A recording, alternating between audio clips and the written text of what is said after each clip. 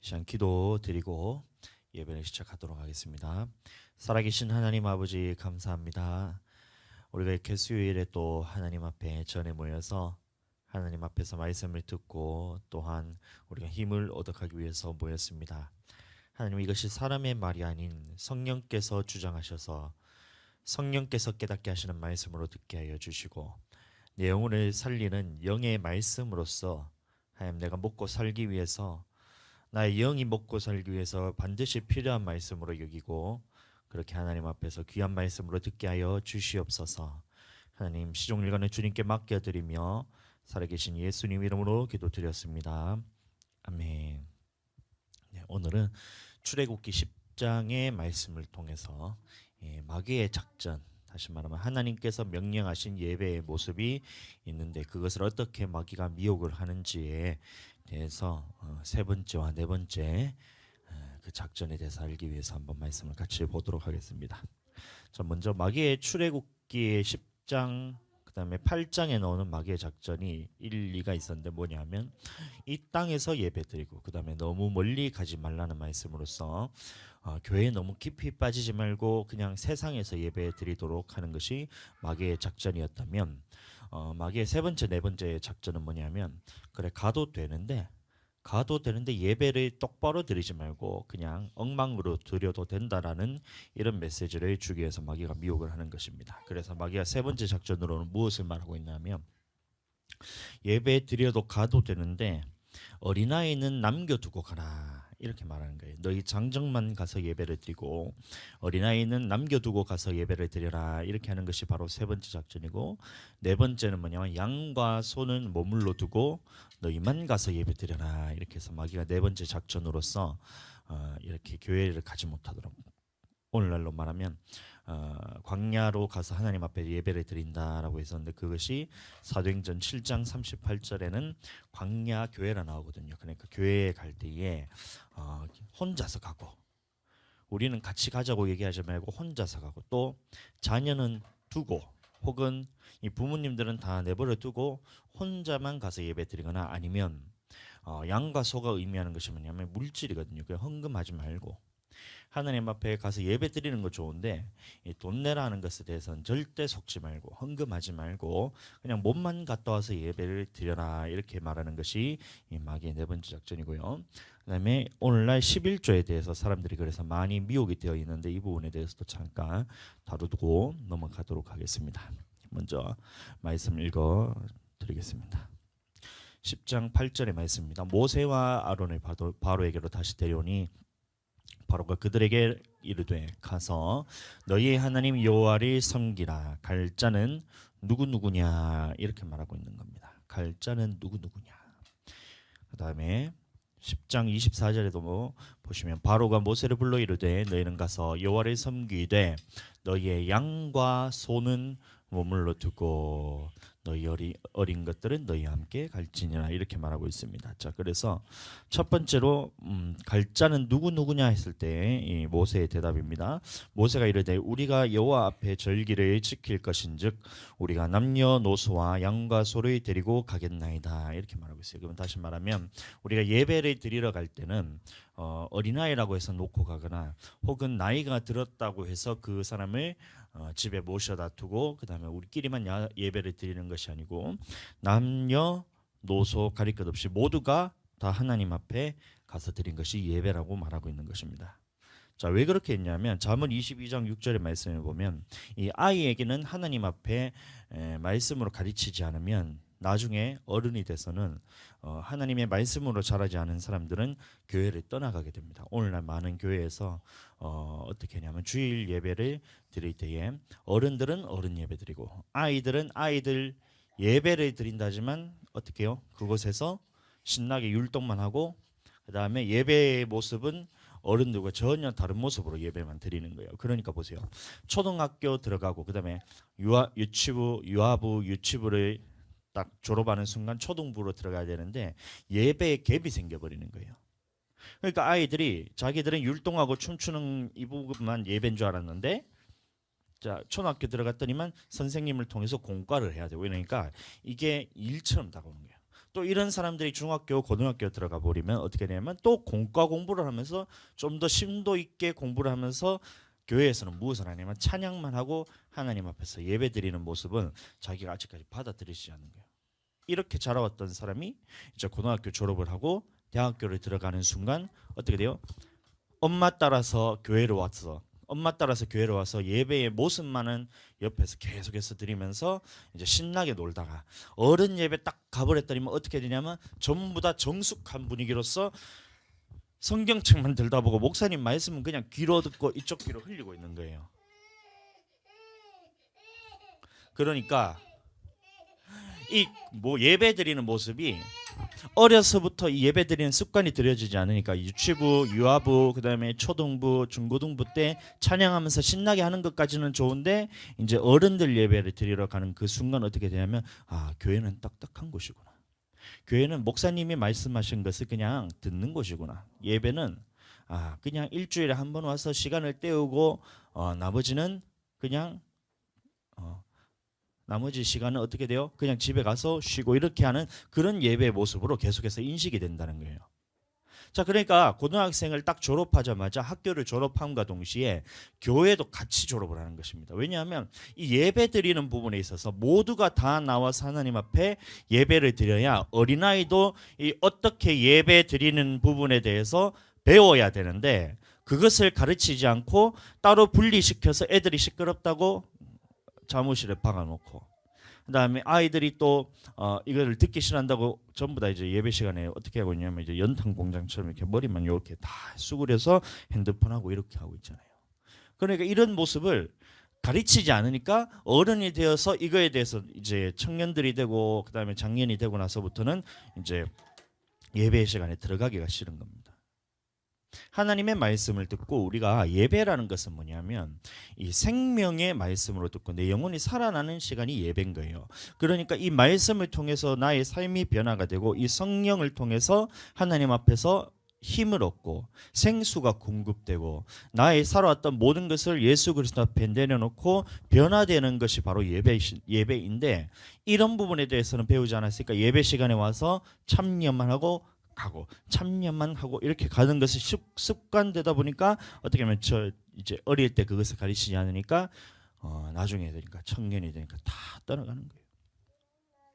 그러니까 하나님께서 말씀하시기를 마땅히 행할 길을 아이에게 가르치라는 겁니다. 그러니까 예배는 어떻게 드려야 되는지 똑바로 앉아서 예배 드려야 되는 거 이런 것들 다 가르쳐야 된다는 거예요. 지금 예배 드린 거를 가르치지 않으면 이 아이들이 커서 하나님 앞에서 예배를 제대로 드리지 못하게 된다는 겁니다.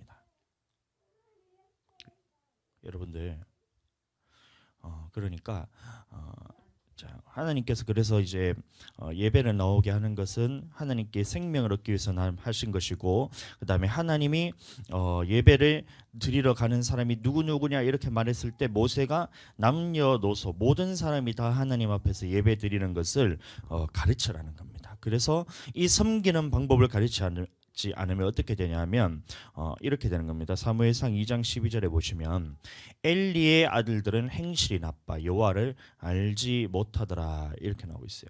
개역 한글에는 뭐라 나오냐면 알지 아니하더라 이렇게 나오고 있습니다. 다시 말하면 이 예배에 대해서 어릴 때 가르치지 않으면 이 아이들이 어떻게 되냐면 하나님을 알지 못하는 사람이 된다는 거예요.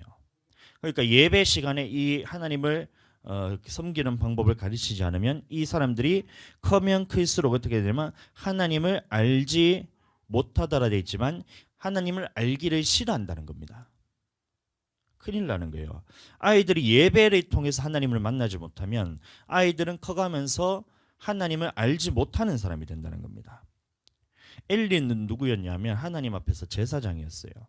제사장이란 것은 무슨 말이냐면 이제 오늘날로 말하면 주의 종인데 주의 종의 아들들이 하나님을 알기 싫어했다는 겁니다. 왜 그러냐면 어려서부터 이 예배에 대해서 어떻게 드려야 되는지 왜 드려야 되는지 그리고 예배가 드리는 것이 무엇인지 누가 드려야 되는지 이런 것들에 대해서 제대로 가르치지 않았더니만 이 사람들이 하나님을 알기 싫어했다는 겁니다. 큰일인 겁니다. 그래서 사무엘상 2장 17절에 보시면 또 하나님을 알지 못했기 때문에 하나님 앞에서 죄를 지었는데 어떤 죄를 지었냐면 이 소년들의 죄가 여호와 앞에 심히 금은 그들이 여호와의 제사를 멸시함이었더라. 하나님의 예배 드리는 것을 멸시했다는 거예요. 하나님의 예배를 안 드리고 그 다음에 대충 드리는 것뿐만이 아니라 이 예배에 대해서 제대로 가르치지 않자 어떻게 했냐면 이 아이들이 여호와의 제사를 멸시했다는 겁니다. 하찮은 것으로 여기고 예배를 통해서 생명이 얻어지고 나의 영혼이 살아나고 생수가 공급되고 우리가 살아가는데 그 힘을 얻고 이 모든 변화되는 것들에 대해서 영혼을 살리기 위해서 이 예배를 드리는 것인데 이 영혼 살리는 일을 멸시했다는 거예요. 멸시란 것은 뭐냐면 하찮은 것으로 여겼다는 겁니다. 자, 그래서 왜 그렇게 했냐면 사무엘상 3장 13절에 보시면 내가 그의 집을 영원토록 심판하겠다고 그에게 말한 것은 그가 아는 죄악 때문이니 이게 뭐냐면 엘리에게 하나님께서 말씀하신 거예요. 뭐냐면 너희 자녀가 지금 하나님의 제사 드리는 것을 멸시하고 있지 않느냐. 하나님께 예배 드리는 것에 대해서 너희가 똑바로 드리지 않고 하나님의 예배 드리는 것을 하찮은 것으로 여기고 그렇게 하지 않느냐. 근데 그것을 네가 알면서도 그 아들들이 어떻게 했냐면 그 하나님의 여호와의 제사를 멸시함으로 하나님의 그 자기의 아들들이 저주를 자청하되 스스로 저주받을 자로서 살아감에도 불구하고 그것을 금지시키지 않았다는 거예요. 어떤 일들을 했냐면 엘리의 제사장들이 이제 하나님 앞에 드려질 제물이 있잖아요. 예물이 있잖아요. 사람들이 소나 짐승이나 끌고 왔을 때에 그것을 하나님 앞에서 먼저 번제로 드리고 그것을 제사장이 그 중에서 좋은 것을 지내서 자기가 먹어야 되는데 백성들이 짐승을 다 끌고 와가지고 엘리의 아들들에게 제사를 드리러 오는 거예요. 그랬더니만 엘리 아들들이 어떻게 보면 그 중에서 가장 좋은 것을 하나님께 드리지 않고 자기가 다 먹었다는 거예요. 하나님 앞에 드려져야 될 것인데 그것을 구별되지 않고 자기가 먼저 먹고 백성이 엘리의 제사장의 아들 둘에게 가지고 제사장님들 그렇게 하시면 안 됩니다. 이것은 하나님이 싫어하는 것입니다. 그러니까 그 사람을 쫓아내고 그러면서 그 하나님께 바쳐질 제물을 자기들이 다 먹고 이것을 알면서도 엘리는 그것을 막지 않았던 거예요. 그러니까 말년에 어떻게 되냐면 이 여인들이 올 때마다 그 사람들을 상관하면서 관계를 맺으면서 성적인 문란으로까지 이어지면서 그런 행실이 이제 나이가 들었을 때 엘리 귀에 들린 거예요. 그래서 엘리가 어떻게 했냐면 이 아들들아 너희가 이렇게 하는 것은 하나님 앞에서 지금 멸망받을 짓이니까 그렇게 하면 안 된다 했는데 아들들이 귀를 싹 닫아버리더라고요. 왜요? 그 죄에 대해서 성적인 죄에 대해서 지적을 하려면 먼저 돼야 되는 것이 뭐냐면 하나님이 살아계심을 알고 하나님을 알고 그 다음에 하나님 앞에서 예배를 드리는 사람이라야 그 다음에 하나님 앞에서 어떻게 살아난 말씀이 들어가는데 이 성적인 문란한 것에 대해서 엘리가 아무리 얘기를 해도 이 아들들이 듣지 않는 거예요. 왜 그러냐면 하나님의 말씀을 들을 생각도 하지 않고 하나님을 알기도 싫어하고 그 다음에 성적인 것들에 대해서 알면서도 계속해서 습관적으로 계속해서 했던 이유가 뭐거든요. 왜냐하면 하나님을 멸시했기 때문이라는 거예요. 그리고 그렇게 하게 내버려둔 엘리가 아들들이 저주를 자청했지만 금하지 않았다는 겁니다. 자, 성경에서 뭐라 말하고 있냐면 PPT 빨리 틀어주세요. 놔두세요. 뭐라는 얘기 나오냐면 하나님께서 엘리에게 말씀하시기를 네 아들들을 나보다 더 중히 여겨 내 백성 이스라엘이 드리는 가장 좋은 곳으로 너희들을 살찌게 하느냐. 네 아들들을 나보다 더 중히 여겨서 그렇다는 거예요. 아들들이 하나님의 제사를 하나님 앞에 예배 드리는 것을 멸시하고 있는데 아들이 더 아까운 거예요. 하나님 앞에서 예배 드리는 것보다 하나님 앞에서 예배를 못 드려서 아들이 망가지는 것을 보고 있으면서도 아들들을 하나님보다 더 중히 여겼기 때문에 그것을 내버려 뒀다는 겁니다. 그러니까 어떻게 해요? 아들들이 커가면서 하나님의 제사를 멸시하면서 하나님을 알기를 싫어하면서 하나님이 싫어하는 그런 죄악들을 행하면서 저주를 자청하는데 그것조차 이제 나중에는 말이 안 먹히는 겁니다. 여러분들 우리 하나님의 자녀들은 하나님의 말씀으로 키워야 돼요. 하나님의 자녀들은 하나님이 방법으로 키워야 되고 하나님께서 어떻게 키우라는 이 말씀대로 키웠을 때는 아이들이 엇나가지 않습니다. 여러분들 목회자 자녀가 둘 중에 하나라 그러잖아요. 어떤 사람들은 목회자 자녀라서 완전히 이 사람들이 망가지는 삶을 살았던가, 또 하나는 뭐냐면 하나님 앞에서 이 목회자 자녀들이 하나님 앞에서 완전히 바로 서서 극과 극으로서 완전히 신앙생활을 잘하던가 완전히 신앙생활을 못하던가 이러는데, 그거는 목회자 자녀라서 그런 것이 아니고 그 목회자 자녀를 목회자가 어떻게 가르쳤냐에 따라서 그렇게 달라지는 거예요. 우리 아이들은 하나님 앞에서 제대로 예배를 드리게 되기를 예수님으로 축복합니다. 그래서 지금도 굉장히 예배 태도가 아주 제 마음에 썩 들지는 않아요. 그러나 왜 이것을 그냥 가만히 놔두냐면 말로 이거를 해서 알아들을 수 있는 나이가 아니기 때문에 제가 이제 말은 하고 있지 않지만 이 모습들을 통해서 아이들은 배우는 거예요. 예배 드릴 때에 어떠한 자기에게 오는 이런 사랑이나 아니면 이런 하나님으로부터 은혜나 이런 것들이 자기들이 깨달을 때까지 우리는 기다려줘야 돼요.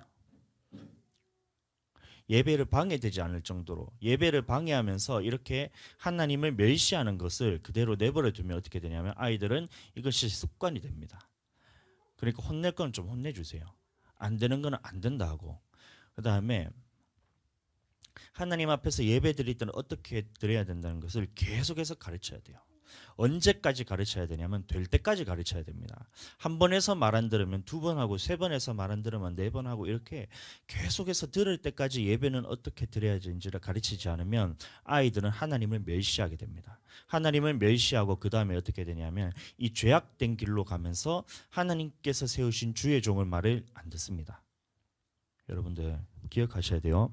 이 아이들이 하나님 앞에서 어렸을 때 하나님을 섬기는 방법을 가르치지 않으면 커서는 하나님의 말씀을 전하는 주의 종을 대적하게 됩니다.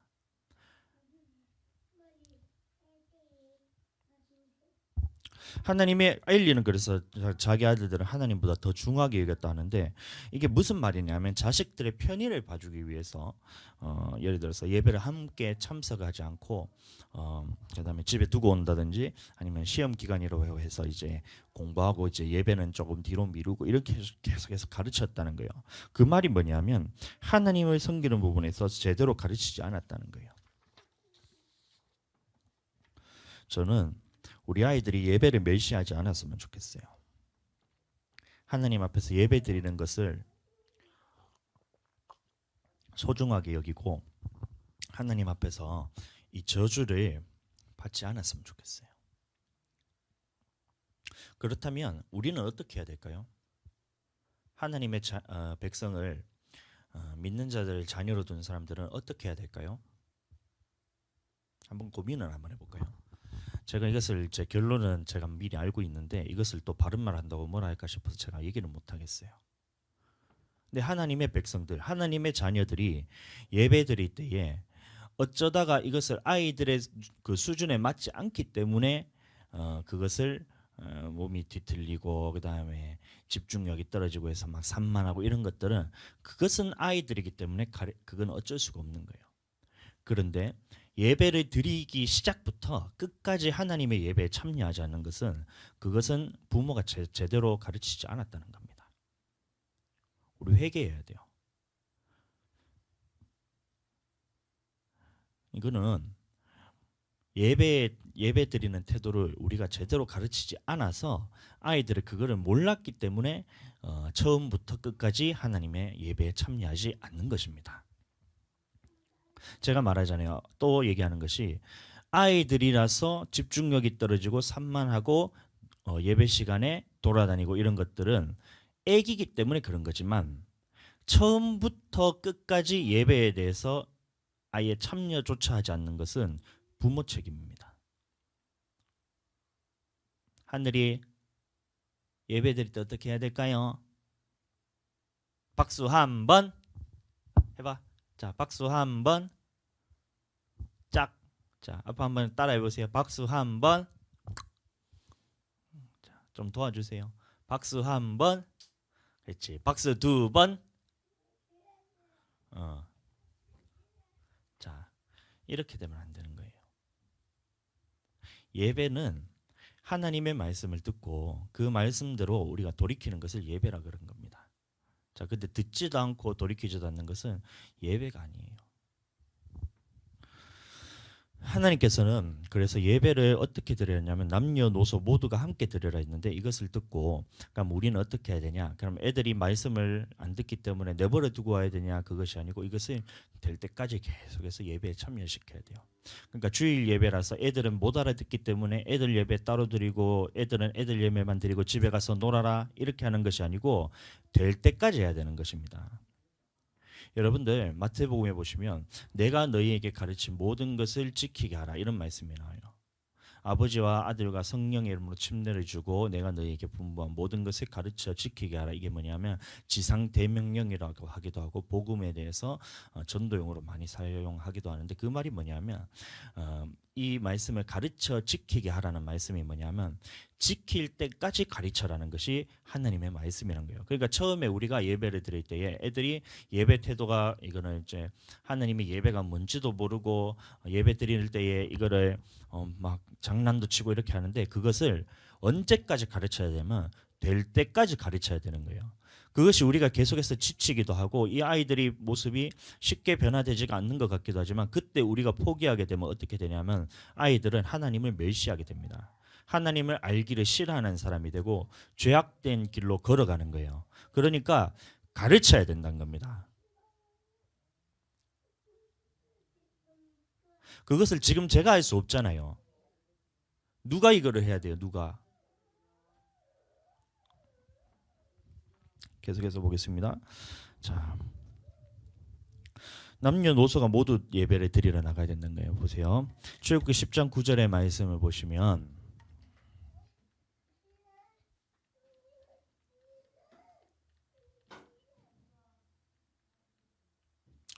사모님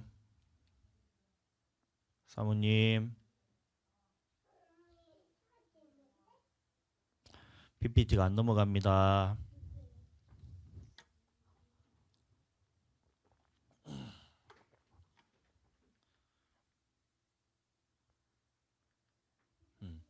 출애굽기 10장 9절에 보시면 모세가 이르되 우리가 여호와의 앞에 절기를 지킬 것인즉 우리가 남녀노소와 양가소를 데리고 가겠나이다 이렇게 얘기하고 있어요. 그래서 남녀노소 모두가 하나님 앞에 예배드리라는 것이 하나님께서 말씀하신 것이고 이 말이 뭐냐면 아이들이라고 예배를 이제 함부로 드릴 때에 그것을 내버려 두고 있지 말고 하나님의 말씀 안에서 예배를 어떻게 드려야 된다는 것을 가르쳐라는 거예요. 그래서 어렸을 때 이것을 가르치면 늙어서도 떠나지 않지만 어렸을 때 이것을 가르치지 않으면 계속해서 예배를 드리지 않고 떠나는 사람들이 된다는 겁니다. 그러니까 남녀노소 모두를 데리고 오라 했고, 자 그래서 멸망시키기 위해서 마귀는 어떻게 했냐면 이 믿는 자들을 미혹하는데, 자 출애굽기 10장 10절의 말씀입니다. 바로가 너희의 어린아이들을 보내면, 자 그래서 너희의 어린아이들을 예배로 보내면 어떻게 하냐면 여호와께서 함께함과 같으니라 이렇게 얘기하거든요. 여호와께서 지금 함께 하시는 것과 같다는 거예요. 자 그러면서 하는 말이 뭐냐면 보라 그것이 너희에게는 나쁜 것이니라. 이게 뭐냐면 마귀가 얘기했다는 겁니다.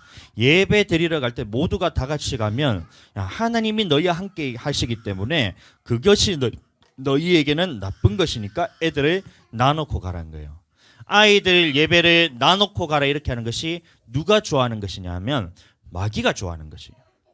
예배 드릴 때에 주아가 예배 시간에 저기 놀이방 가서 예배 시간인데도 불구하고 계속해서 장난감 만지고 놀고 그 하늘이랑 같이 떠들고 장난치고 돌아다니고 이렇게 하는 것을 누가 좋아하냐면 마귀가 좋아하는 거예요.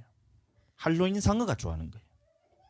그러니까 하나님께서는 남자, 여자, 그다음에 어른들, 아기들 할 것 없이 모두가 하나님 앞에서 예배를 드리라고 말씀하고 있는 거예요. 그래서 주아가 지금 여기 아빠 보세요.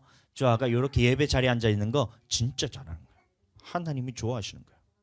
하나님 최고. 주아를 좋아하는 거예요. 똑바로 앉아서 드려야 돼. 근데 일어서서 장난치고 돌아다니고 예배 드리는데 막 떠들고 막 이렇게 하는 것은 마귀가 좋아하는 거예요. 근데 하나님 앞에서 이렇게 아빠 말씀에 목사님 말씀에 집중하면서 이 하나님께서 내게 지금 이렇게 말씀하시는구나 하고 이렇게 듣는 것은 하나님이 좋아하시는 거예요. 예배 시간에 울면 어떻게 될까요? 그것은 누가 좋아하는 걸까요? 찡찡거리면서 나는 예배 드리기 싫어. 응애 나는 엄마랑 붙어 있을 거야 하면서 난 돌아다닐 거야. 나는 예배 드리기 싫어. 하나님이 예배 시간이지만 나는 예배 드리기 싫어. 이렇게 하는 거 누가 좋아하는 거야? 마귀가 좋아하는 거야. 맞아요.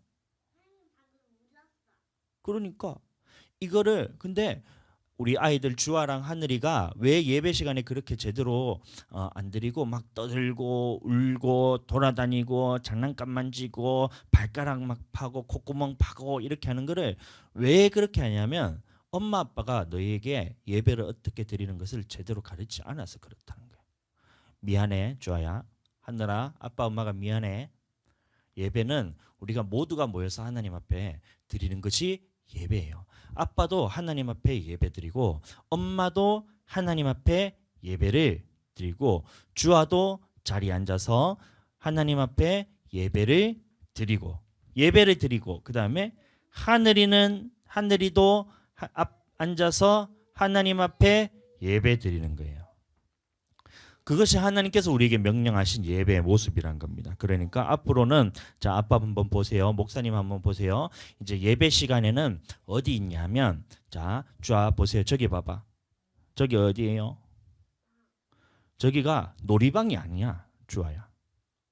하늘아 저기는 놀이방이 아니야. 놀이방이 아니고 저기는 잠옷실이란 곳이에요. 잠옷실이 뭐냐면 애기들이 혼자서 예배 드릴 수가 없으니까 엄마랑 같이 예배 드리라고 아빠가 저 공간을 마련한 곳이지 너희가 예배 시간에 저기서 막 장난감 만지고 떠들고 놀아라고 아빠가 저곳을 만든 것이 아니에요. 지금까지는 아빠가 그냥 내버려 뒀지만 앞으로는 예배 시간에 저기 잠옷실에 가서 장난감을 만지거나 뛰어놀거나 시끄럽게 하거나 아니면 요 본당에 와서 막 달리기를 한다거나 그렇게 하는 것은 하면 안 되는 거예요. 왜 그러냐면 그것은 마귀가 좋아. 맞아요. 마귀가 좋아하기 때문에 하면 안 되는 거예요. 알겠지? 그럼 예배 잘 드릴 수 있어? 좋아하는? 약속 한번 할까? 약속 예배 잘 드릴 거면 아빠 따라서 한번 아멘 해봅시다. 예배 잘 드릴 수 있어요? 아멘. 그렇지. 하늘이 예배 잘 드릴 수 있어? 못 드려? 자, 그거는 네가 잘못한 게 아니고 엄마 아빠가 잘못 가르쳐서 그런 거야. 미안해. 자, 이제 하늘이도 예배 시간에 막 엄마 찾고 돌아다니고 싶지. 엄마한테 떨어지면 엄마 막 없는 것 같이 해서 울고 싶고 막 이쪽으로 형한테 가서 장난치고 싶고 막 장난감 만지면서 저기 놀이방 가가지고 잠옷실 가가지고 예배 막 방해하고 싶고 그렇지. 근데 그거는 하나님이 싫어하는 거예요. 마귀가 좋아하는 거예요. 그러니까 아빠가 하늘이한테 이번에 제대로 지금 가르쳐 주고 있는 거야. 그러니까 예배 시간에는 아빠 목사님 한번 보세요. 예배 시간에는 우리 의자에 얌전하게 앉아서 하나님의 말씀을 듣는 것이 예배입니다. 그러면 하늘이도 잘할 수 있지? 하늘이 잘할 수 있어. 잘할 수 있으면 아멘 한번 해볼까? 아멘. 주아 형은 잘했어. 자, 그러니까 자 그렇게 예배드린 거야. 남자, 여자 할 것 없이. 엄마는 여자잖아. 아빠는 남자잖아. 수진이도 여자잖아. 그게 남자, 여자 할 것 없이 하고, 그다음에 주아 같은 애기도 하나님 앞에서 예배드려야 되고, 엄마랑 아빠 같은 나이 많은 사람들도 예배드려야 돼요. 아시겠죠? 그거는 하나님께서 좋아하세요. 할 수 있겠죠? 그렇게 드리는 겁니다. 자, 그 다음에 모세가 어떻게 미혹을 하냐면 그 다음으로 자 장정도 남녀노소로 다 같이 가겠다고 이렇게 모세가 말하니까 그 다음에는 어떻게 말하냐면 너희의 양과 소는 머물러 두고 가라 이렇게 얘기하고 있어요. 양과 소가 뭐냐면 오늘날로 말하면 집에서 키우는 개나 고양이나 그런 것 같이 이제 애완동물이 아니고 하나님 앞에서 드려질 제물을 의미합니다. 그러니까 이 말이 뭐냐면 양과 소를 머물러 두고 가라 이 말이 뭐냐면 하나님 앞에서 물질은 놔두고 물질로는 하나님을 섬기지 말고 예배에 나가는 것까지는 좋은데 헌금하지 말고 그냥 몸만 갖다 와라 이렇게 말하는 거예요. 자, 근데 하나님께서는 어떻게 말씀하셨냐면 출애굽기 10장 25, 26절이란 말씀입니다. 모세가 이르되 왕이라도 우리 하나님 여호와께 드릴 제사와 번제물을 우리에게 주어야 하겠고 우리의 가축도 우리와 함께 가고 한 마리도 남길 수 없으니 이는 우리가 그 중에서 가져다가 우리 하나님 여호와를 섬길 것이며 또 우리가 거기에 이르기까지는 어떤 것으로 여호와를 섬기는지 알지 못함이니이다. 그래서 하나님을 섬기러 가는데 우리가 어떤 것으로 하나님을 섬기는지를 알지 못하기 때문에 우리가 갖고 있는 모든 것을 하나님 앞에 가져가야 돼요. 자, 주한테 가장 귀한 것이 뭘까? 사탕, 동그랑 사탕. 하늘이 제일 좋아하는 게 뭘까? 하늘이 동그랑 사탕 좋아해요? 동그랑 사탕. 주한은 뭘 좋아할까? 세몬, 막대 사탕 좋아해요. 그러면 자, 하나님 앞에 와서 빈손으로 나오면 안 되고 주한테 있는 가장 귀한 것을 가지고 와야 돼요. 막대 사탕도 좋아하고 하늘이 또 초콜릿 좋아해. 하늘이 뭘 제일 좋아하죠? 우리 하늘이는 어쨌든 하나님 앞에서 제일 귀한 것을 가지고 와서 하나님 앞에 나와서 드려야 되는 거예요. 왜냐하면 무엇으로 하나님을 섬길지 알지 못하기 때문에 오늘날로 말하면 우리가 하나님 앞에서 물질을 드려야 되는 것인데 무엇으로 섬기는지 알지 못하기 때문에 양으로 섬길는지 소로 섬길는지 아니면 염소로 섬길는지 아니면 또 뭐로 섬기지 또 비둘기로 섬길는지 빵으로 섬길는지 곡식으로 섬길는지 풀로 섬길는지 뭘로 섬기는지를 알지 못하기 때문에 이 모든 것을 하나님 앞에 드리려고 가지고 왔다는 겁니다. 신명기 16장 16절 말씀해 보시면 너희 가운데 모든 남자와는 1년에 3번 곧 무교절과 7.7절과 초막절에 네 하나님 여호와께서 택하신 곳에서 여호와를 배웁되 뭐라고 나와 있냐면 빈손으로 여호와를 배웁지 말고 빈손으로 보이지 말라는 거예요. 그러니까 우리가 하나님 앞에 예배 드리러 나올 때는 빈손으로 나와서 되는 것이 아닙니다. 하나님 앞에서 우리의 가장 귀한 것으로 들고 와서 하나님 앞에서 무엇으로 섬길지 모르기 때문에 가장 귀한 것을 가지고 와서 하나님 앞에 드려야 된다는 거예요. 신명기 그래서 빈손으로 배우지 말고 그 다음에 하나님이 각 사람이 네 하나님 여호와께서 주신 복을 따라서 그 힘대로 드릴지니라. 그러니까 하나님께서 받은 복을 따라서 그 힘대로 드리라는 말씀이 바로 하나님께서 우리에게 말씀하신 물질관이라는 겁니다. 양과 소를 머물러 두라는 말은 뭐냐면 그것으로 하나님을 섬기는 제사 드릴 때 드리는 이 제물이었는데 그것을 두고 가라는 말은 뭐냐면 하나님 앞에서 제물로는 섬기지 마세요. 물질로는 섬기지 마세요. 이렇게 말하는 거기 때문에 그거는 안 돼요. 그거는 마귀가 좋아하는 것이기 때문에 하나님 앞에서 우리는 하나님 앞에서 가장 귀한 것으로 하나님 앞에 드려서 하나님 앞에서 쓰임을 받아야 된다는 겁니다. 자, 각종 예물은 그래서 하나님께서 주신 복을 따라서 드리면 되는 것입니다. 그런데 11조와 구제헌금은 달라요.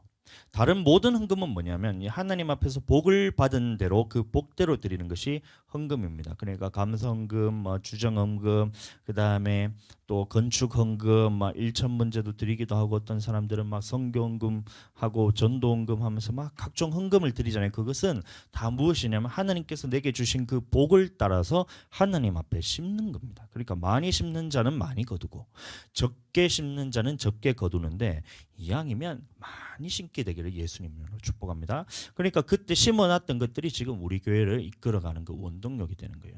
물질로서 우리가 어려움 겪지 않고 메마르지 않게 하나님께서 때마다 시마다 까마귀같이 그렇게 먹일 것을 주시고 입을 것을 주시고 그 다음에 섬길 것들을 계속해서 주시는 이유가 뭐냐면 저는 청년 때 많이 심었거든요. 돈 들어오면 다 헌금했거든요.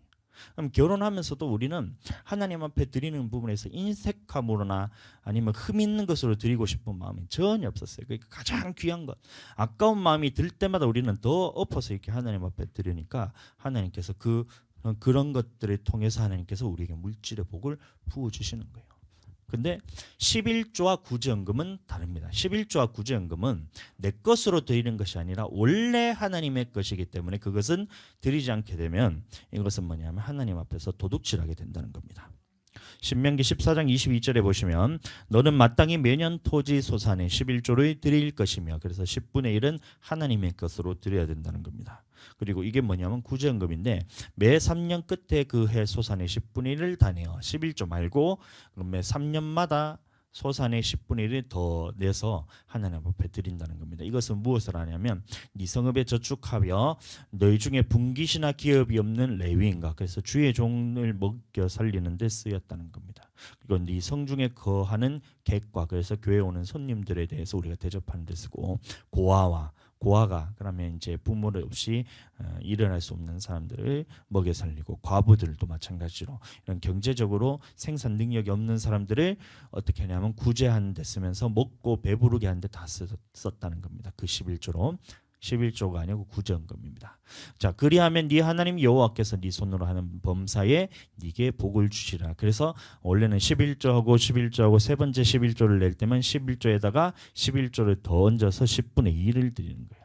이게 뭐냐면 구제헌금으로 쓰였던 것인데, 자, 오늘날은 그렇게 하지 않고 어떻게 하냐면 11조 할 때마다 3분의 1씩을 하나님 앞에 저희가 그래서 구제헌금으로 드리고 있다는 겁니다. 이것은 뭐냐면 하나님의 것이라고 말씀하고 있는 거예요. 자, 구제헌금과 11조는 그래서 하나님의 것이기 때문에 우리는 이것을 하지 않으면 도둑질하게 된다는 겁니다. 말라기 3장 8절에 보시면 사람이 어찌 하나님의 것을 도둑질하겠느냐, 그러나 너희는 나의 것을 도둑질하고도 말하기를 우리가 어떻게 주의 것을 도둑질하였나이까 하는도다. 이는 곧 11조와 봉헌물이라. 11조와 봉헌물이 바로 하나님의 것이란 거예요. 11조와 봉헌물, 다시 말하면 구제헌금, 그 다음에 하나님 앞에서 드려지는 절기헌금, 이런 것들이 이 봉헌물이라 그러는데 그것은 하나님의 것이기 때문에 이것을 드리지 않으면 도둑질하게 된다는 겁니다. 자, 그러니까 많은 사람들이 11조를 예를 들어서 하면서 나머지 헌금에 대해서는 1절 하지 않고 11조만 드리는 사람들이 있어요. 그거는 뭐냐면 하나님 앞에서 하나도 심지 않는 것과 똑같다는 겁니다. 10분의 1은 하나님의 것이기 때문에 내 것으로 드리는 게 아니에요. 그러니까 이것은 심는 것이 아니고 원래 하나님 것을 돌려드리는 겁니다. 그러니까 이것으로는 하나님 앞에서 심는 것이 아니기 때문에 거둘 것이 없는 거예요. 그러니까 이런 11조와 구제헌금 외에 나머지 부분들이 뭐냐면 우리가 하나님 앞에 심는 겁니다. 그러니까 저는 절기가 될 때마다 항상 하나님 앞에 가장 많이 드리고 싶어요. 성탄절 때도 그랬고, 그 다음에 맥주 감사절 때도 그렇고, 추수 감사절 때도 그렇고, 하여튼 우리 교회의 절기 때마다 저희는 가장 하나님 앞에 귀한 것으로 드리기를 원하고 항상 힘을 다해서 힘에 지나도록 하나님 앞에 저희가 헌금을 했던 그런 기억이 있습니다. 그러니까 물질로서는 저희가 어려움을 겪지 않는 거예요. 자, 이렇게 했던 11조가 구약에서는 그렇게 말했지만 신약에서는 예수님이 어떻게 말씀하셨냐에 따라서 우리가 11조를 드려야 되는데, 많은 사람들이 구약에서는 11조가 율법이었기 때문에 드렸지만 신약에 와서는 예수님이 11조를 폐했다라고 말하고 있는데, 율법을 폐하면서 11조를 폐하였다 말하는데 그것은 성경에 대해서 한 번도 읽지 않은 사람들이에요. 하나님께서 예수님께서 11조에 대해서 말씀하신 구절이 이 마태복음 23장 23절 한 구절입니다. 그때 뭐라 말씀하셨냐면 화 있을진저 외식하는 서기관과 바리새인들이여, 너희가 박하와 회양과 근처에 11조는 드리되 율법에 더 중한 바 정의와 긍휼과 믿음은 버렸도다. 그러나 그 다음에 말씀하신 것이 뭐냐면 이것도 행하고 저것도 버리지 말라 하시니라, 이렇게 했어요. 자, 그러니까 예수님께서는 구약에 있었던 11조의 모습을 보면서 그런 박하회양 근처의 11조만 드리면서 의와 인과 신을 버렸던 그런 바리새인들을 책망했는데, 그 후에 말씀하신 것이 책망하시면서 11조는 하지 말고 이제 그 의로운 그 의와 의로움과 인, 믿음과 신, 믿을 신인데 의는 뭐지? 인은 뭐지? 한테 인정을 베풀면서 사람들을 불쌍히 여기는 마음으로 바뀌었다면서 이런 구제나 아니면 11조 하는 이 부분에 대해서 없어졌단 말이에요. 근데 그것을 왜 그렇게 얘기하냐면 외식하기 때문에 그런 말씀을 하는 겁니다. 자, 보세요. 화 있을진저 외식하는 서기관과 바리새인들이요. 이 사람들이 했던 것이 뭐냐면 11조에 대해서 드리는데 의와 인과 신을 버렸던 모습인 거예요. 자, 그렇다면 오늘날도 11조를 하지 않아도 된다라고 얘기하는 사람들이 왜 그러냐면 그 속에서는 물질의 아까움이 있다는 겁니다. 사람에게 옳게 보이기 위해서 하나님의 말씀을 폐해야 했다는 거예요. 여러분들 가난한 사람들도 11조를 해야 되나요? 여러분들 가난한 사람도 11조를 해야 돼요? 지금 먹고 살기도 힘들어서 막 생활비에 쪼들려서 그렇고 있는 사람들도 11조를 해야 되나요? 예, 하나님의 말씀에는 하라고 되어 있습니다. 예수님께서도 이것도 행하고 저것도 버리지 말라 했기 때문에 하라고 했어요. 그러면 11조는 뭐냐면 하나님의 말씀에는 하라 하셨고 10분의 1은 하나님 것이기 때문에 도둑질을 하게 되는 것입니다. 11조를 하지 않으면. 근데 목회자들이 어떻게 하냐면 이 말씀을 하나님의 말씀에도 있음에도 불구하고 사람들의 모습을 보면 어떤 모습이 있냐면 가난한 자들이 이 물질 때문에 어려움 겪는 모습을 보거든요. 그러면 하나님께서는 그런 사람들에게는 11조를 10분의 1을 하라 하지 않으시고 10분의 1은 하나님 것이니까 뭐 예를 들어서 100만 원 있는 사람들에게는 10분의 1이 어떻게 얼마예요? 10만 원이잖아요. 그 10만 원만 하면 되는 거예요. 그것은 원래 하나님 것입니다. 그러니까 1억이 있는 사람에게는 하나님께서 10분의 1은 뭐냐면 1000만 원인 거예요. 1000만 원이냐 10만 원이냐 그 규모가 중요한 것이 아니고 많은 사람들은 그 10분의 1은 많이 내고 똑같이 10분의 1을 내는 겁니다. 작은 사람, 그 다음에 가난한 사람들도 마찬가지로 하나님께서는 10분의 1을 내라 하셨어요. 그게 뭐냐면 하나님의 말씀하신 11조라는 것입니다. 그런데 목회자들이 이 모습을 보면서 가난한 자들을 어떻게 하냐면 하나님의 편에서 서서 말하는 것이 아니라 그 사람들의 펴서 하나님의 말씀을 대적하는 거예요. 주로 얘기하는 것이 뭐냐면 과부의 2렙돈을 보고 가장 많이 넣었다고 말씀하셨으니 가난한 사람들은 조금만 헌금해도 된다라고 얘기하면서 2렙돈만큼만 하면 된다면서 자기한테 헛은 걸로 내고 자기한테 아낄 것을 다 아끼면서 인색함으로 내고 흠 있는 것으로 내고 이러니까 한 사람들이 물질의 복을 받지 못하는 거예요. 그러면서 물질의 복만 복이냐 하나님 앞에서 11조를 하면서 물질의 복만 복이냐 영적인 복을 받아야지 하면서 기복신앙으로 몰아가면서 그렇게 하는 겁니다. 왜 그러냐면 그 마음의 중심에 물질에 대한 아까운 마음이 자기한테 있기 때문에 선포를 그렇게 하는 거예요. 여러분들 과부의 2렙돈은 뭐냐면 생활비 전부입니다. 그럼 오늘날 우리가 과부의 2렙돈처럼 헌금을 하기 위해서는 내 생활비 전부를 드리는 것이 그것이 하나님께서 가장 많이 넣었다 하시는 거예요. 그러니까 우리는 생활비 전부를 하나님 앞에 드리잖아요. 인색함으로나 흠이 없이 아끼지 않고 드리는 것이 이 과부의 2렙돈인데 11조는 안 해도 된다라면서 이 사람의 편에 서서 하나님의 말씀을 폐하는 것이 누가 하냐면 바로 이 하나님을 대적하는 것을 주의 종들이 하고 있다는 거예요. 그러니까 이렇게 주의 종들의 가르침을 잘못 받은 사람들이 하는 것이 11조는 없어도 된다 이러면서 전 세계적으로 11조가 다 폐하여졌다는 거예요. 제가 그래서 그 자료를 제가 봤거든요. 그러니까 영국이 어떻게 했냐 1630 몇 년에 11조를 폐하였다. 프랑스는 어떻게 했냐 독일은 어떻게 했냐 네덜란드는 어떻게 했냐 브라질은 어떻게 했냐 멕시코는 어떻게 했냐 미국은 어떻게 했냐 일본 어떻게 했냐 중국은 어떻게 했냐 하면서 나라별로 11조를 다 폐하였다는 거예요. 자 거기까지는 좋아요. 그러면 그 11조를 폐하였다는 말의 의미가 뭔지를 알아야 되는데 그 11조는 뭐냐면 교회에서 나라의 세금으로서 10%를 들였던 세금을 말하는 거예요. 자, 그러니까 영국에서는 어떻게 했냐면 국교가 기독교였기 때문에 교회의 수입을 나라의 세금으로 냈다는 겁니다. 그것을 폐지했다는 거예요. 교회의 수입을 나라에 내는 것을 폐지하는 것을 보고 11조를 폐지했다는 했는데 자, 그 참 말을 참 이상하게 하면서 뭐라 얘기하냐면 이 나라도 폐지하고 저 나라도 폐지하고 저 나라도 폐지인데 그 말이 전부 다 이 나라에 바쳤던 세금이 없어졌 세금 제도가 없어졌던 그거를 얘기하는 것인데 11조가 없어졌다면서 전 세계적으로 11조가 다 없어지고 지금 남아 있는 곳은 어디냐면 미남침례 교회와 그다음에 제7일 안식교와 그다음에 이단들만 11조를 내라 한다면서 그거를 단서를 그렇게 달아놨더라고. 야, 그러면서 한국의 기독교만 11조에 대해서 강조를 한다라고 딱 하면서 그렇게 글을 마무리해놨더라고요. 다시 말하면 그 사람은 11조가 뭔지도 모르고 왜 11조가 무슨 11조인지도 모르고 왜 폐지했는지도 모르고 그러면 11조를 폐지했는 결과도 모르고 그냥 그 내용만 가지고 떠들고 있는 거예요. 자, 그래서 어떻게 됐냐가 더 중요한 거예요. 보세요. 그래서 영국이 1600 몇 년에 이제 11조를 폐지했어요. 그래서 어떻게 됐냐면 영국에 있는 교회가 940교회가 문 닫았어요. 11조를 폐지하자 940교회가 문 닫았어요. 그러면서 나머지 교회도 전부 다 어떻게 되냐면 술집으로 변하고 교회가 다 술집으로 변하고 관광지로 변하면서 교회가 다 문을 닫았어요. 그러면서 기독교 퍼센트가 어떻게 됐냐면 원래는 영국이 원래는 기독교 국가였으니까 64%가 기독교인으로 있었어요. 근데 갑자기 교회의 11조를 폐지하자 어떻게 되냐면 37%로 기독교인들이 뚝 떨어졌어요. 교회는 문을 닫고 믿는 사람들이 다 불신자가 됐다니까요.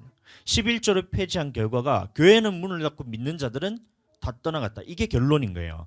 미국에서도 11조를 폐지하자 어떻게 되냐면 기독교인 숫자가 1990년대에는 어떻게 되냐면 90%가 미국에는 기독교인이었어요. 그런데 11조를 폐지하자 어떻게 됐냐면 지금 54%까지 떨어졌어요. 미국이 54%까지 미국이 23% 떨어졌으니까 몇 프로냐?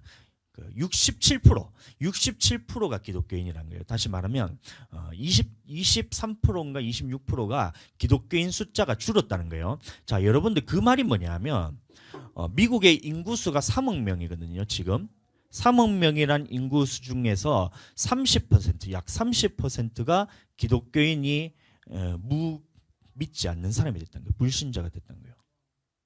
7,800만 명이라는 사람이 안 믿는 사람이 됐다니까. 11조를 폐지하자 어떤 일들이 벌어졌냐. 미국에서 원래는 90%가 믿었는데 23%가 26% 정도가 줄어서 7,800만 명이라는 사람들이 예수님을 믿는 믿음에서 떠나게 됐다니까요. 결과가 그거라니까요. 11조를 폐지하자. 그래서 교회가 막 사람들이 우리 교회가 그러면 이제 사회적으로 우리가 이슈도 좀 적어지고 목사님들이 욕심이 없어졌나 해서 그러면 기독교가 막 부흥이 될 것 같은데 결과가 어떻게 되냐면 7,800만 명이 믿음을 포기하고 자기들이 불신자가 돼버렸어요. 우리나라 인구가 5,500만 명이거든요. 그럼 7,800만 명이 불신자가 됐다는 말은 뭐냐면 나라 전체가 하나님 앞에서 불신자로 돌아가서는 그런 상황이 벌어졌다니까요. 11조를 폐지했더니만. 근데도 11조를 폐지한다고 이렇게 주장하는 그 사람들은 안 믿는 사람들이야 그렇게 주장할지 몰라도 믿는 자들은 결과를 볼 줄 알아야 되잖아요. 11조를 폐지했던 그런 모든 나라들이 어떻게 되냐면 전부 다 기독교인들이 20%, 30%, 많게는 거의 절반 가까이가 막 믿는 사람들이 다 불신자가 돼버렸어요.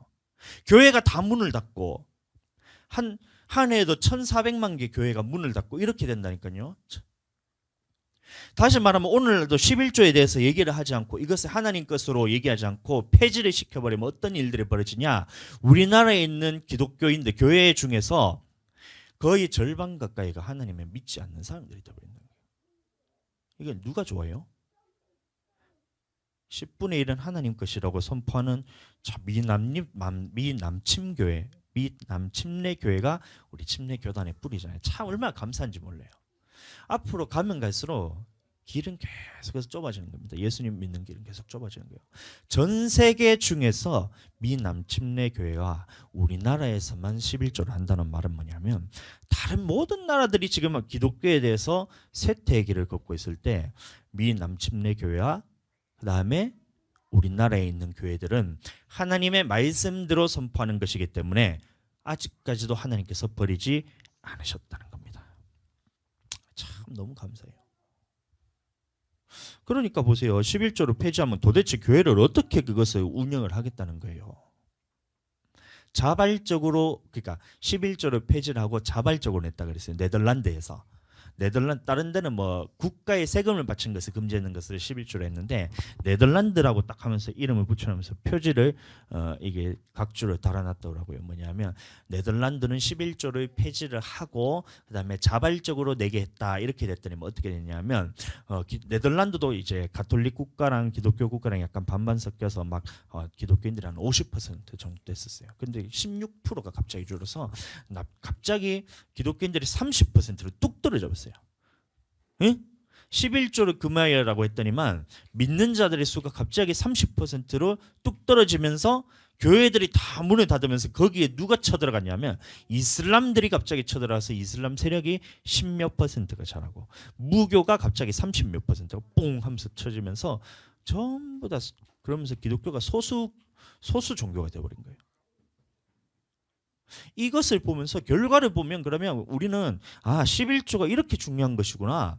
11조가 없으면 우리 그냥 목사님의 욕심 때문에 11조를 하는 것이 아니고 11조에 대해서 폐하고 금지시켜버리면 이것이 하나님의 말씀이기 때문에 이 말씀을 금지시키게 되면 믿는 자들의 수가 갑자기 급격하게 줄어들면서 교회들이 다 문을 닫구나.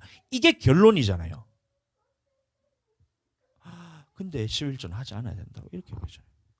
하나님께서는 예수님께서는 이것도 행하고 저것도 버리지 말라 했는데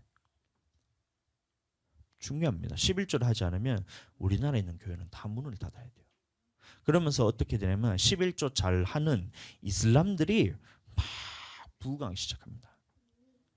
처음에는 조금 세력이 비등하다가 이슬람들이 약 50% 정도의 이슬람이 있으면 이 사람들 그때부터는 자기네 나라 법을 우리나라에 들어오기 시작해요. 샤리아법이라 그러는데 그 종교 안에서는 이슬람을 믿지 않고 그다음에 개종하지 않는 사람들을 죽이라고 되어 있는 것이 샤리아법이에요. 그래서 유럽에서는 지금 기독교인들이 그냥 말살되고 있어요. 테러 당하면서.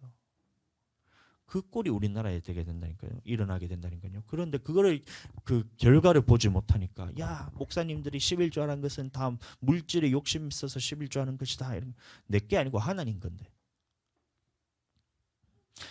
주의 종이 다 쓰다 하더라도 그 다 쓴다 하더라도 이 그 영혼 살리기 위해서 쓰는 것에 대해서 그러면 다 줘도 이게 모자랄 판에 다 쓰지도 않구만.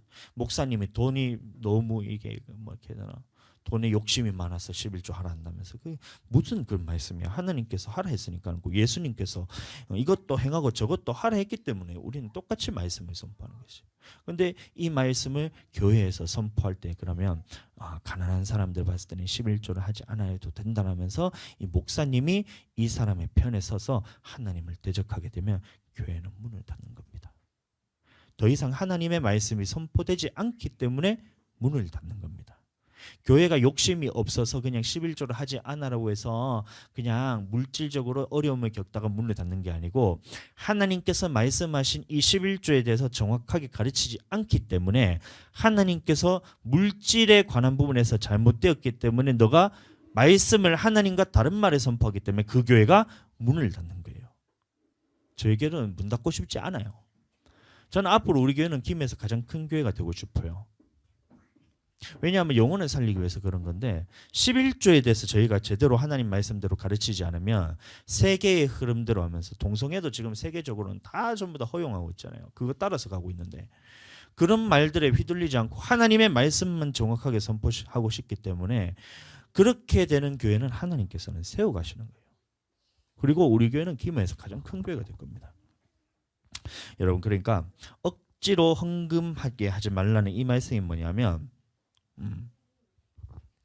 자 11조를 전부 11조를 하지 않아도 될 경우가 있어요. 여러분들 그럼 11조를 하지 않아도 될 경우 언제 11조를 하지 않아도 되냐 하면 이런 경우입니다. 사도행전 2장 44절 45절인데 믿는 사람들이 다 함께 있어 모든 물건을 서로 통용하고 자기 있는 사유재산을 다 팔아가지고 어떻게 되냐면 각 사람들의 필요에 대해서 나눠주면 11조를 하지 않아도 돼요. 다 하나님한테 드릴 거면. 자 보겠습니다. 사도행전 4장 32절에 보시면 믿는 무리가 다 한 마음 한 뜻이 되어 모든 물건을 서로 통용하고 자기 것이라 주장하는 것이 없다는 겁니다. 다 내놓고 산다는 거예요. 집에 누군가 어려움이 있어서 찾아오면 그 집을 그냥 자기가 내놓고 자기는 나가 사는 거예요. 자기 재물을 조금이라도 자기 것이라 하는 이가 하나도 없더라. 그러니까 재물에 대해서 내 것이라 생각하는 사람이 하나도 없었다는 거예요. 그러니까 초대교회 때. 그러니까 이런 것은 하나님 앞에 다 드리기 때문에 11조가 하나님 앞에서 내가 모든 것을 하나님께로부터 내가 받았으니 이 중에서 하나님 것이라 인정하면서 10분의 1을 돌려드리면서 믿음의 고백인데 모든 것을 하나님께서 다 내게 주셨으니 다 하나님께 다시 돌려드립니다. 이럴 경우에는 어떻게 되냐면 11조를 하지 않아도 돼요. 사도들의 발 앞에 두면. 그래서 그 모든 것을 재물을 다 팔아서 어디 두었냐면 사도들의 발 앞에 두었다는 거예요. 그건 교회에 와가지고 다 이렇게 헌금을 전 재산을 다 헌금할 것 같으면 11조를 안 해도 됩니다. 그들이 각 사람의 필요에 따라 나누어 줍니다. 그래서 이 사도들의 발 앞에 놔뒀을 때에 그것을 보고 어떤 사람이 무엇이 필요한 것을 성령의 지혜로 깨달아서 이 사람한테는 이것으로 채워주고 저 사람한테는 저것으로 채워주고 이 사람한테는 또 요것으로 채워주면서 그 사도들이 그 필요를 다 채워줬다는 거예요. 자, 그러니까 11조를 하지 않아도 없어졌다. 초대교회에서는 11조를 하지 않았다라고 얘기하는 사람들은 이 말씀을 봐야 된다는 겁니다. 왜 11조를 안 했냐면 초대교회에서는 자기 소유를 다 팔아서 사도를 안 냈던 거예요. 그러니까 어떻게 돼요? 더 이상 11조의 개념 자체가 없는 거예요. 모든 것을 다 드렸기 때문에. 이런 경우에는 하나님 앞에서 11조를 따로 드려도 되지 않아도 됩니다. 모든 것을 다 드릴 경우에는. 자, 보세요. 그 외에는 어떻게 되냐면 하나님 앞에 10분의 1을 돌려드려야 되는 겁니다. 그것은 하나님의 것이기 때문에. 고린도전서 16장 2절 말씀해 보시면 자, 매주 첫날에 너희 각 사람이 수입에 따라 모아두어서 매주 첫날입니다. 주일입니다. 내가 갈 때에 연보를 하지 않게 하라. 이렇게 한 거예요. 그 헌금에 있어서는 우리가 주일날 와서 드릴 때에 수입에 따라서 미리 모아두어서 우리 주일날 아침에 와가지고 갑작스럽게 하면 그것은 하나님께서 원하시는 헌금이 아니란 거예요. 고린도후서 9장 5절로 마찬가지로 그러므로 내가 이 형제들로 먼저 너희에게 가서 너희에게 전한 약속한 연보를 미리 준비하게 하도록 권면하는 것이 필요한 줄 생각하였더니 그러니까 미리 준비하라는 겁니다. 이렇게 준비하여야 참 연보답고 억지가 아니니라. 그러니까 이 말씀을 보고 사람들이 어떻게 오해를 하냐면 자, 참 연보는 뭐냐면 억지로 하지 않고 억지로 하는 것은 하나님께서 받으시는 헌금이 아니다. 그러니까 드리고 싶을 때는 드리고 드리기 싫을 때는 안 드려도 된다라는 말씀을 해석합니다. 이것을. 그런데 앞뒤 구조를 생각하는 보면 무슨 얘기냐면 억지로 헌금하게 하지 말라는 말씀이 뭐냐면 인색함으로나 흠 있는 것으로 드리지 말라는 말이에요. 이게 뭐냐면 미리 하나님 앞에 드릴 것을 준비해 놓지 않으면 나중에 되면 인색함으로 드리게 된다는 얘기입니다. 그러니까 미리 하나님께 헌금을 준비해서 매주일 첫날에 즉 다시 말하면 오늘날 주일입니다. 주일에 드리도록 하는 것이 하나님 앞에서 참 연보의 의미였다는 거예요. 그러니까 우리가 주일날 와서 하나님 앞에 예물을 올려드리는 겁니다. 나의 삶과 나의 물질 하나님께서 주신 복대로 받은 이 물질을 예물을 하나님 앞에 올려드리는 것을 보고 예배라 그러는 것이에요. 자, 그런데 이 말은 그러면 없어진 것이에요? 없어진 게 아니에요. 분명히 연보를 하라고 이렇게 사도 바울도 얘기를 했잖아요. 이것을 다 어디 쓰냐면 교회를 세우는 데 다 썼던 거예요. 복음 전하는 데 쓰고 성도들을 구제하는 데 쓰고 필요를 따라서 나눠준 데 다 썼다는 거예요. 없어진 것이 아니고 어떻게든 이 물질로서 하나님을 섬기는 그 방법에 대해서 얘기를 하고 있는데 마귀는 어떻게 하냐면 이 물질로 하나님을 섬기는 것을 하지 못하게 막는 겁니다. 이해가 되세요? 자, 이게 마귀의 네 번째 작전이에요. 첫 번째 작전은 뭐냐면 이 땅에서 예배를 드리라. 그러니까 교회 갈 것 없다. 교회 가지 말고 그냥 세상에서 예배 드리라. 이게 마귀의 첫 번째 작전이었어요. 두 번째는 뭐예요? 너무 멀리 가지는 말라. 그래. 교회 가도 되는데 교회 너무 깊이 빠지지 마. 교회 깊이 빠지는 거 안 좋아. 그냥 적당히 세상과 막 교회와 반틈반틈 이제 반반 신앙을 하는 것이 그게 참 봐봐 사람들 봤을 때 아름다운 모습이지. 너무 교회에 미쳐서 그렇게 사는 것은 하나님이 보셨을 때나 사람이 볼 때나 그건 옳은 게 아니라 이렇게 얘기하는 거예요. 취미 생활처럼 종교 생활하는 교회 생활하는 거. 그게 마귀의 두 번째 작전이었던 거예요. 세 번째는 뭐였어요? 오늘 말씀하신 것처럼 자녀들이나 어른들은 넣어놓고 혼자 가서 예배드려. 예배는 그래 가는 거 좋아. 그래 교회 가는 건 좋은데 나 전도하지 마. 이렇게 하는 거예요. 예배 드리러 가는 것은 좋은데 그래 나는 안 갈 거야. 자녀들 다 내버려도 시험 치는데 그 세상적으로 사는데 그래 중요하지. 이거는 하나님이 너희와 함께 하시는 거기 때문에 그것이 옳지 않은 거야. 그러면서 자녀들은 나놓고가 이렇게 예배드린 것이 세 번째 마귀의 작전이었던 거예요. 그리고 마지막으로 뭐였어요? 물질 부분에 있어서 하나님 앞에서 빈손으로 가. 하나님 앞에서 물질로 하지 마. 물질로 섬기지 마. 너도 지금 가난한데 무슨 하나님 앞에 예물을 가져가. 그냥 예물 드리지 말고 몸만 갔다 와. 주일날 그래 예배 참석하고 몸으로 때우면 되지. 몸으로 섬기면 되지. 무슨 하나님 앞에서 예물이니 연보니 11조니 그것은 다 목사님들이 욕심이 나서 그렇게 설교하는 거야. 이러면서 물질에 대해서 딱 막는 순간 어떻게 되냐면 이 사람은 예배를 드리지 못하는 거예요. 하나님이 받지 않으시는 예배를 드린다는 겁니다. 첫날 만날 예배를 드려봐야 그 예배는 하나님께서 받으시는 예배가 안 된다는 거예요. 보세요. 결과가 말해주잖아요. 11조를 하지 말라 했던 그 나라들이 어떻게 되었는가. 11조를 금지했던 그 교회들이 어떻게 되었는가. 전부 다 성도들이 다 떠나가게 되고 교회가 문을 닫았잖아요. 그러면 오늘날도 마찬가지로 11조에 대해서 이것을 하나님 것이라고 선포하지 못하는 그 교회는 어떻게 되냐면 마음에 있고 각자가 자원하는 마음으로 내면 된다라고 얘기하면 그 자원한 마음은 절대 생기지 않습니다. 하던 사람만 맨날 하지. 하던 사람이야 눈치 보이면서 하고 목사님이 옆에서 좀 해라 이렇게 하면 좀 하겠지만 절대 자원한 마음으로 하나님 앞에 드리지 않아요. 물질관에 있어서 이것을 제대로 서 있지 않기 때문에 천국 가고 지옥 가는 문제가 아니기 때문에 편할 때 내고 자기 형편이 괜찮을 때 내고 어려울 때는 안 내는 사람이 된다니까요. 하나님께서는 어렵든 네 형편이 어떻든 가난하든 부하든 어쨌든 그 형편 안에서 10분의 1을 하나님께 돌아왔다는 것으로 내라고 그것이 하나님의 것이라고 도둑질하지 말라고 얘기하셨는데 자원하는 마음으로 내라고 하면 그 사람들은 나부터 일단 안 낼 거예요. 11조는. 교회를 세우지 않아도 되고 11조를 자원하는 마음으로 내라면 저부터 제 생활비로 다 쓸 거예요. 하고 싶은 것이 얼마나 많은데. 자녀에 대해 해주고 싶은 것이 얼마나 많은데. 먹고 싶은 것이 얼마나 많고. 여러분 이해하게 되시길 축복합니다. 마귀의 작전 우리가 4번까지 다 했어요. 오늘 우리 아들들 예배 때도 너무 좋아. 아빠가 봤을 때 우리 교회 이제 창립하고 나서 우리 주아랑 하늘이 예배 때도 오늘 제일 좋았어요. 최고. 우리 하나님께 박수 한번 해봅시다. 박수. 그렇지. 앞으로도 그렇게 주아랑 하늘이가 예배 시간에 이렇게 앉아서 예쁘게 예배 잘 드릴 수 있어요? 어이구 그렇지. 그러면 잘 드릴 수 있으면 다시 한번 아멘 한번 해볼까? 잘 드릴 수 있어요? 다시 한번 크게 아멘. 그렇지. 어이구 우리 아들 너무 이뻐. 최고. 하나님께서 그렇게 하면 너희를 책임지실 거야. 하나님께서 너희를 이끌어 주시고 하나님께서 너희를 보호하시고 하나님께서 너희를 죄악된 길로 가지 않도록 막으시고 너희가 하나님 앞에서 크게 쓰임받을 거예요. 아멘. 자, 우리 다시 한번 하나님께 박수로 영광 돌리겠습니다.